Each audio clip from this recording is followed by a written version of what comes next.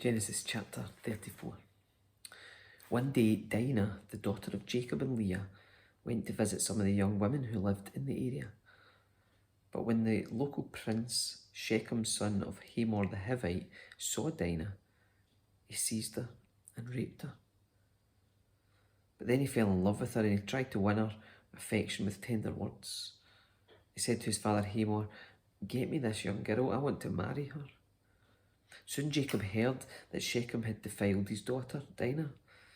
But since his sons were out in the fields herding his livestock, he said nothing until they returned.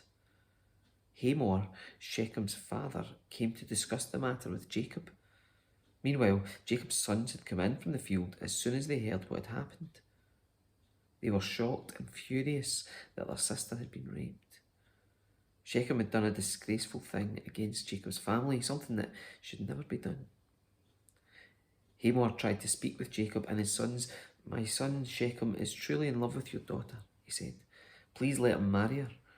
In fact, let's arrange other marriages too. You give us your daughters for our sons, and we will give you our daughters for your sons. And you may live among us. The land is open to you. Settle here and trade with us, and feel free to buy property in the area." Then Shechem himself spoke to Dinah's father and brothers. "Please be kind to me and let me marry her," he begged. "I will give you whatever you ask. No matter what dowry or gift you demand, I will gladly pay it. Just give me the girl as my wife." But since Shechem had defiled their sister Dinah, Jacob's sons responded deceitfully to Shechem and his father Hamor. They said to them, "We couldn't possibly allow this because you're not circumcised. It would be a disgrace for our sister to marry a man like you. But here is a solution. If every man among you will be circumcised like we are, then we will give you our daughters and we will take your daughters for ourselves. We will live among you and become one people. But if you don't agree to be circumcised, we will take her and be on our way." Hamor and his son Shechem agreed to their proposal. Shechem wasted no time in acting on this request, for he wanted Jacob's daughter desperately. Shechem was a highly respected member of his family, and he went with his father Hamor to present this proposal to the leaders at the town gate. "These men are our friends," they said. "Let's invite them to live here among us and trade freely. Look, the land is large enough to hold them. We can take their daughters as wives and let them marry ours.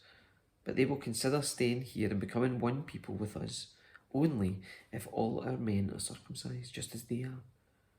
But if we do this, all their livestock and possessions will eventually be ours. Come, let's agree to their terms and let them settle here among us."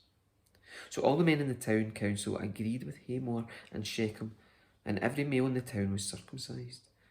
But 3 days later, when their wounds were still sore, 2 of Jacob's brothers, Simeon and Levi, who were Dinah's full brothers, took their swords and entered the town without opposition.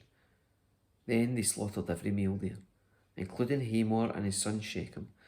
They killed them with their swords, then took Dinah from Shechem's house and returned to the camp.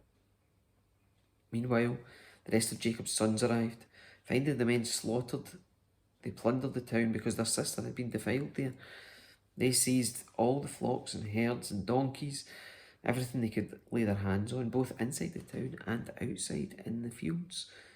They looted all their wealth and plundered their houses. They also took all their little children and wives and led them away as captives. Afterwards, Jacob said to Simeon and Levi, "You have ruined me.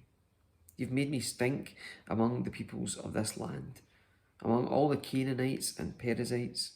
We are so few that they will join forces and crush us. I'll be ruined and my entire household will be wiped out. But why should we let him treat our sister like a prostitute?" they retorted angrily.